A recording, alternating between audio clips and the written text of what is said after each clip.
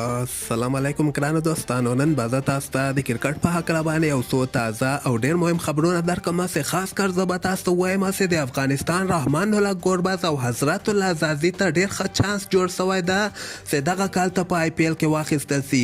بل به زه تاسو ته د افغانستان رشید خان په هکله باندې یو خبر درکړم چې دغه 50 اوریزه لوبو کې زبردست بولینګ چې بنګلادیش سره ترسره کړ. دغه سره د رشید خان رینکینګ هم ښه شوی ده. بل به زه تاسو ته د افغانستان او د بنگلادیش دغه اولنۍ شلوریزه لوبه چې کومه ترسره کیدونکې ده د دغه په هکله به یو خبر در سره شریک کړم. ویډیو تر اخره پورې وګورئ، په هر څه به تاسو پوه شئ.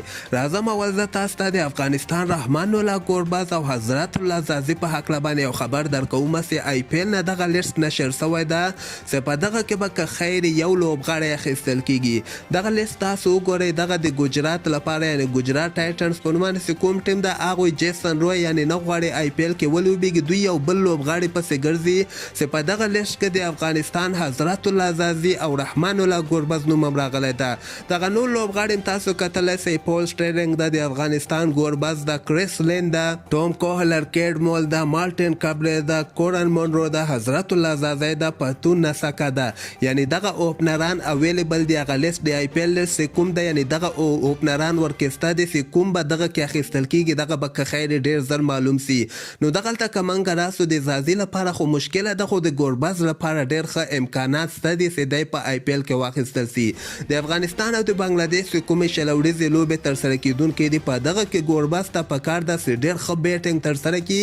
که چېرته ګوربز په دغه دواړو لوبو کې ښه وځلیږي نو ګوربز به که خیر اتمن په آی پی ایل کې اخیستل کیږي. ځکه ګجرات ټایټنز والا چې کوم دی هغوی وایي چې موږ به یو څو ورځې وروسته که خیري دغه لوبغاړی تاسو ته اعلان کړو. او بل به زه تاسو ته د افغانستان رشید خان په هکله باندې یو خبر درکړم چې رشید خان دغه 50 اوریزو لوبو کې یعنی درېیمه لوبه کې ډېر ښه بولینګ یې ترسره کړی و.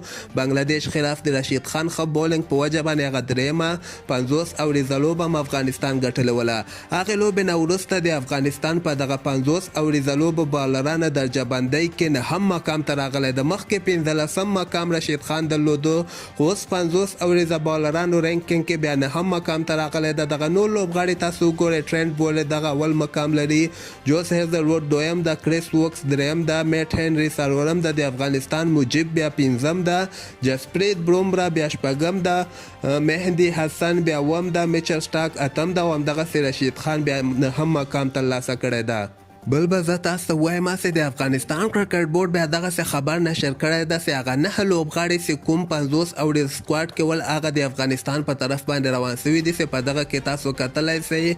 یمین احمدزی ده، شاهد الله قمر ده، حشمت الله شهیدي ده، اکرم علي خیل ده او دې نه علاوه ریاض حسن ده، ابراهیم زدران، رحمت شاه ده، سلیم صافي ده. دغه لوبغاړي چې کوم دي دغوی نن افغانستان ته راورسېدل او دغه لوبغاړي 50 اوریزه سکواډ کې نه ول اخیستل شوي.